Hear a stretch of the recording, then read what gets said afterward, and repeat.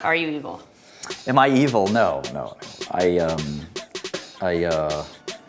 think I'm the opposite of evil. Before Martin Shkreli and his company, Touring Pharmaceuticals, bought the life-saving HIV drug Daraprim and spiked the price by over 5,000%. If you could rewind the clock a few months, I wonder if you would do anything differently.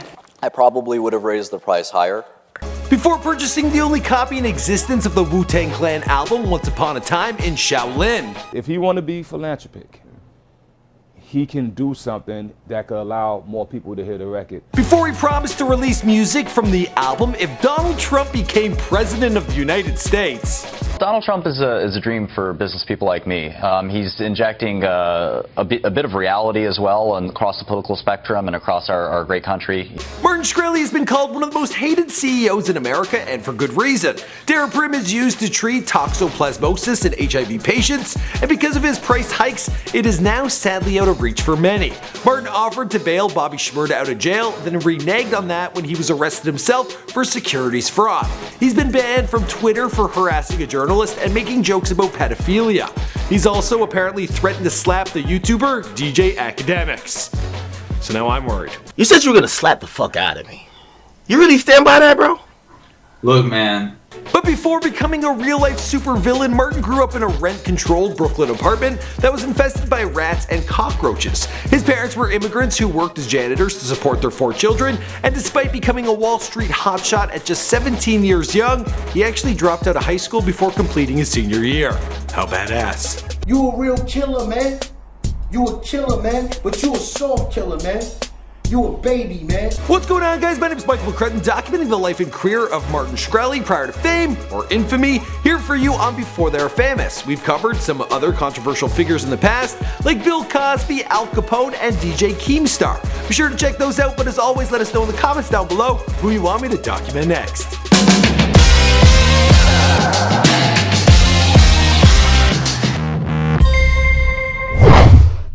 Certainly not privileged, man. I've struggled, fought. I went to City College. I earned my way to the top, and I think I should earn a little bit of respect for that. Martin Shkreli was born in Brooklyn, New York on April 1st, 1983, apparently as an April Fool's joke for the entire world. He was raised Catholic and attended Sunday school regularly as a child. His parents were immigrants from Albania and Croatia who worked as janitors to feed Martin, his brother, and 2 sisters. As a kid, Martin was fascinated by science, he played chess, and was teased in school for his early interests in the stock market.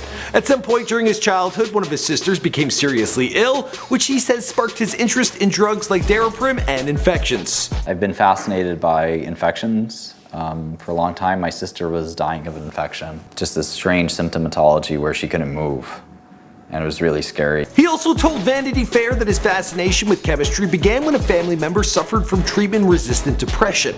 Later in life, he would develop a taste for fine wine and at some point got really into hip-hop. He did mention his love of hip-hop, right?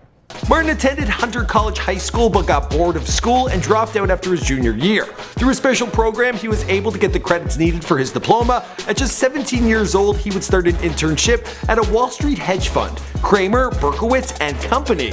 And yeah, that's the Kramer, you know, Jim Cramer, that guy. Bear Stearns is fine. Do not take your money out. This is really, look, if there's one takeaway other than a plus 400 somebody, Bear Stearns is not in trouble. I mean, if anything, they're more likely to be taken over. Martin interned at Kramer, Berkowitz and Company while studying business administration at Baruch College and began working as an associate there after graduating in 2004. But even as an intern, he made waves doing something called short selling, which is essentially betting against the company, betting that a stock will lose value. He recommended short selling a biotech stock in 2003, leading to big profit for the hedge fund. This prompted an investigation by the SEC, but Martin was cleared of all wrongdoing. Now, I'm not saying he broke any laws at this point, but it wouldn't surprise me if he did. That's a little hostile, but After leaving Kramer, Berkowitz and Company, Martin started his own hedge fund, Elia Capital Management. After only a year in operation, he was already getting sued by another firm, Lehman Brothers, who won a $2.3 million judgment against him. But as luck would have it, Lehman would be out of business from the 2008 stock market crash before they were able to collect what was owed to them. Kid lucked out. In 2009, Martin launched MSMB Capital Management with his childhood friend Merrick Beestek.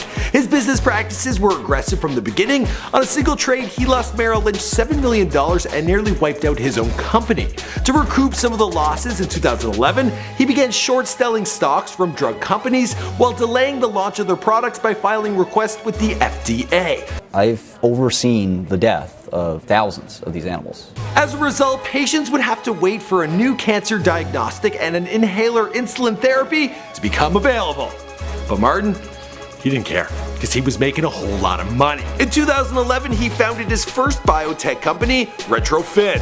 The company's board decided to replace him as CEO in September of 2014, and he resigned a month later. The company then went to sue him for $65 million for misuse of company funds. The next year, Martin founded Turing Pharmaceuticals. His new strategy was to buy licenses for medicines whose patents had expired and then jack up the price. This controversial business practice made headlines after he bought Daraprim and spiked up the cost by over 5,000%. It's a lot. At this price, Daraprim is still actually on the low end of what orphan drugs cost, and we're certainly not the first company to raise drug prices. On December 17, 2015, Martin was arrested by the FBI for securities fraud related to his work at MSMB Capital Management and Retrofin. Martin believes he was unfairly targeted because of his price hikes on Daraprim and flamboyant personality. And he may have a point. He is a bit of a douchebag. Now he's really gonna go after me. He said you were arrogant. Outside of his questionable business practices, Martin also bought the Wu-Tang album Once Upon a Time in Shaolin.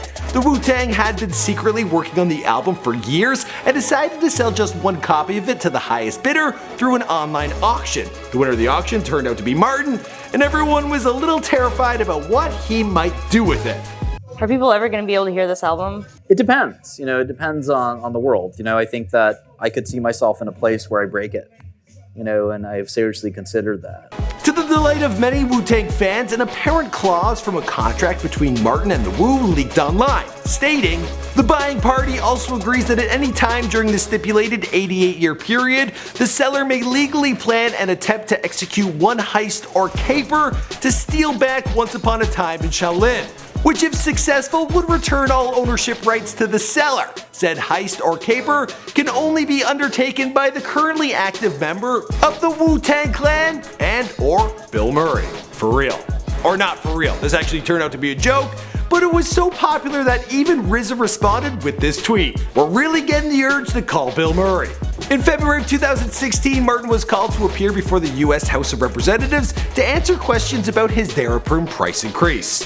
The purpose of this isn't for that. They don't want to learn anything. They just want to be able to ridicule me for their own political capital, which I don't know that I want to be a part of that. He refused to answer any of their questions, pleading the fifth, even though the hearing had nothing to do with the charges brought to him by the FBI.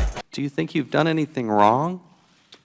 On the advice of counsel, I invoke my Fifth Amendment privilege. And the rest of the story? Well, we'll have to wait and see or update you in an After They're Famous, because this is Before They're Famous.